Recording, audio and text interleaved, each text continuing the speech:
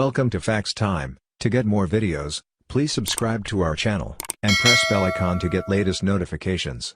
Hi guys, today our topic is about floating post office in China. Number 10. Peach Springs and Supai, Arizona. The post office in Peach Springs, Arizona isn't much to look at, just a squat yellow brick building that seems about the right size for a town, with a population of just over 1,000 residents.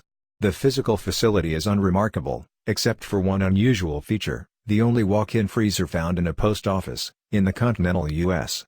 Why does it need this? The Peach Springs Post Office has a very unusual mission, delivering mail to the bottom of the Grand Canyon, and that cargo includes a lot of perishable groceries. The tiny town of Supai, populated by a few hundred members of the Havasupai tribal nation, sits at the bottom of the Grand Canyon. Supai has its own tiny post office, and residents and tourists rely on the USPS to deliver all the provisions that aren't otherwise available at the bottom of the canyon. So, after the mail makes the 70-mile trip to the canyon rim from Peach Springs, how does it get down to Supai? Helicopter transport is expensive and unreliable, as choppers can't fly during periods of high winds. Enter the mule train, a caravan of up to 50 horses and mules, guided by intrepid riders, carrying up to 200 pounds each of mail and packages, that make the 8-mile trek down to the base of the canyon and then eventually back up, carrying outgoing mail and trash. At least 2 mule trains are operating at any given time, so the mules, horses, and riders are able to rest overnight in the village, before making the return trip back up the next day. Mail sent from Supai bears a special postmark, indicating that it traveled by a mule train to reach its destination. Despite the inherent difficulty of the journey and the extreme conditions faced by riders and mules, scheduled mail delivery has only been skipped twice since 1999. Number 9. Inside the Eiffel Tower. The Eiffel Tower holds a lot of history within its iconic frame, which was originally constructed for the entrance to the 1889 World's Fair in Paris. It also holds shops, restaurants, a champagne bar, a conference room, a replica of Gustave Eiffel's original office at the top of the tower, and one more surprising facility, a post office, which is found on the first floor of the Eiffel Tower's south pillar. While this post office may seem to be a present-day concession to tourists, the Eiffel Tower has had a post office since it has been open to the public. It was, after all, built for an exposition designed to attract visitors from around the world. The original post office was situated at the top of the tower, where, after riding an elevator, fairgoers could mail postcards from more than 900 feet above ground. Postmarks from the original post office read Sommet de la Tour Eiffel, summit of the Eiffel Tower, or, for less intrepid tourists, after the ground floor post office was added, One Étage de la Tour Eiffel, first floor of the Eiffel Tower, while the contemporary Eiffel Tower post office offers a more generic postmark, which doesn't specify its less exalted present-day location within the tower. Number 8. Mount Everest Base Camp, Nepal. With post offices closing by the hundreds across the globe, including in the US, the UK, South Africa, and Germany, you may find yourself complaining about the inconvenient trek to a more distant post office or having to contend with more limited operating hours in your local branch. However, one post office can put issues of accessibility and availability in perspective: the China Post Office located in the Mount Everest Base Camp. The post office, which is actually more of a post tent, has been present, seasonally, at the Everest Base Camp since 2008. Sitting at 5,300 meters, it's purported to be the world's highest post office. However, because of the extreme weather conditions at this altitude, the post office has a rather short operating window, from late April to August each year, when conditions permit a temporary road to open up from base camp to the town of Tingri. This remote outpost operates from 10 a.m. to 6 p.m. during those months, not including a noontime break for the post office's 3 workers. Apparently, there is no altitude at which postal workers will not adhere to their break schedules. There is a markup on the usual postcard rate, to compensate for the challenges in transporting mail from the top of the world to its destination. As of 2016, the post office charged about $1.45 USD to mail a postcard to the UK, whereas elsewhere in Nepal, mailing a postcard would cost about 30 US. Number 7.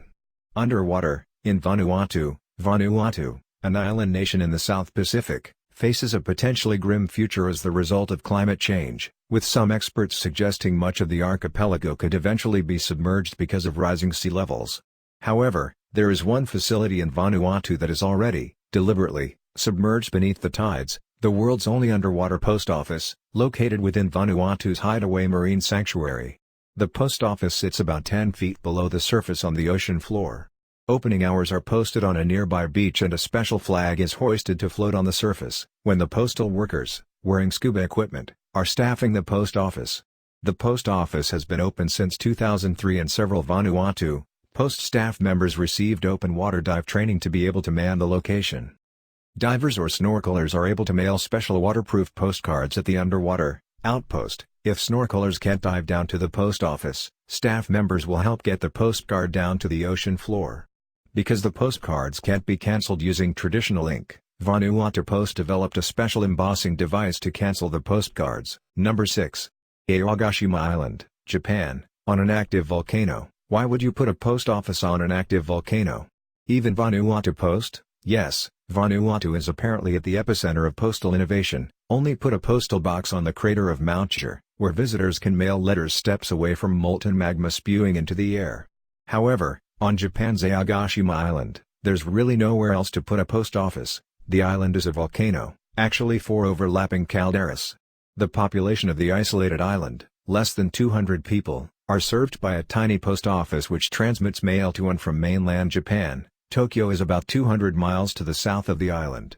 Life on the island can be described as sleepy, with residents, mainly farmers and fishermen, enjoying the slow pace of island life, the beauty, and volcanic hot springs that comprise the island. As of 2017, no alerts have been issued for the island, meaning that Aogoshima's population, and its tiny post office, have had no cause to consider moving away from their volcanic outpost. Number 5.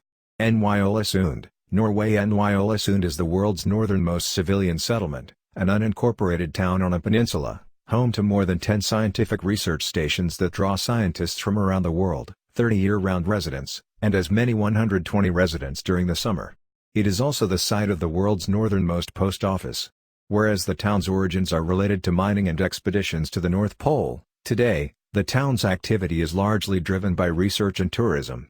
Given that the town now enjoys fiber-optic internet connections to the rest of the world, Ny-Ålesund's tiny post office exists largely to serve tourists, who arrive at the town via cruise ship. Ny-Ålesund has long served as a base for expeditions to the North Pole and, given that it is the most proximate post office to Santa Claus North Pole Workshop, you might expect that the post office is busy processing letters to Santa from children across the globe. However, Santa's mail does not pass through Ny-Ålesund.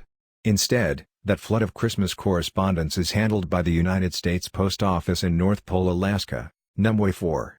Westcott 2, Marine Post Office. Even as the U.S. Postal Service makes cutbacks, at least one U.S. post office has found a way to stay afloat, literally. The J.W. Westcott 2, a 45-foot mail boat that serves freighters traversing the Detroit River, is the nation's, and likely the world's, only floating post office. The J.W. Westcott Company of Detroit has been conveying messages between merchant sailors, who are often aboard ship for months at a time, and their loved ones since 1874. Mail delivery began in 1895 and the boat has been a registered post office since 1948.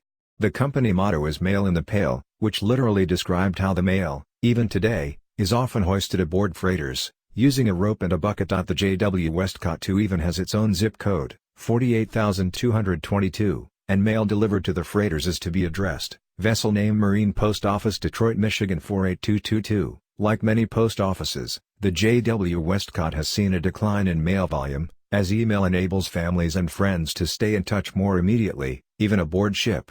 However, the company, which also delivers for UPS and FedEx, reports that it has seen an increase in package delivery. The company's contract with the USPS runs to 2021, and the company's owner sees a long future for his floating post office, pointing out that he has diversified into personnel transportation, and that drone technology may never be cost-effective enough to compete in the delivery of low-value bulky goods like paper towels. Number 3. The Washington Park and Zoo Railway. At the Portland Zoo today, the idea of a post office on a train may seem like a quirky novelty, and it doesn't help that the only railway left in the U.S. that offers mail service and its own authorized postal cancellation, was originally planned as a kiddie train at the zoo and was sited to serve Oregon's 1959 centennial celebration. But while mail by rail now seems like an anachronism, it was once the gold standard for express mail delivery in the United States. From 1862 to 1977, the Railway Post Office, RPO, operated postal cars, which offered mail sorting and cancellation on trains that crisscrossed the country, operating on 794 routes at its peak. However, as mail sorting became an automated task, it was increasingly moved to and from large regional processing centers by truck. While the Washington Park and Zoo Railway offers the only postal car operating in the U.S. on a regular basis, another mail car recently rolled again.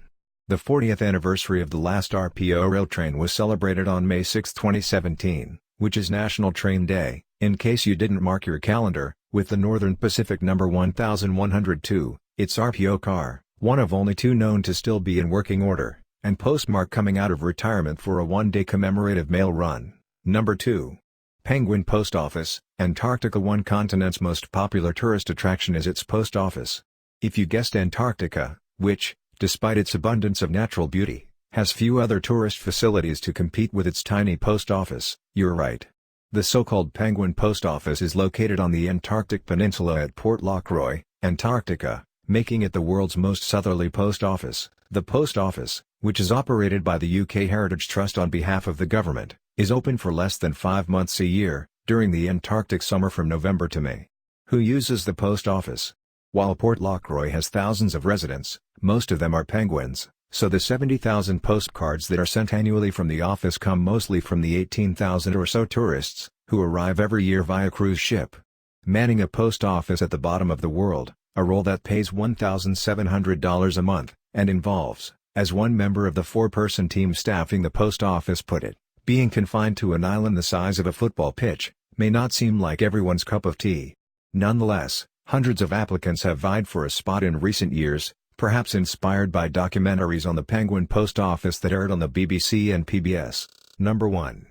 China Post Space Office. Aboard the Shenzhou 8 spacecraft, 213 miles above Earth. The final post office on our list is out of this world. Literally. Established in 2011, the China Post Space Office has 2 outposts, one on the ground of mission control at the Beijing Aerospace Command, and one more than 200 miles above the Earth in the Shenzhou 8 spacecraft.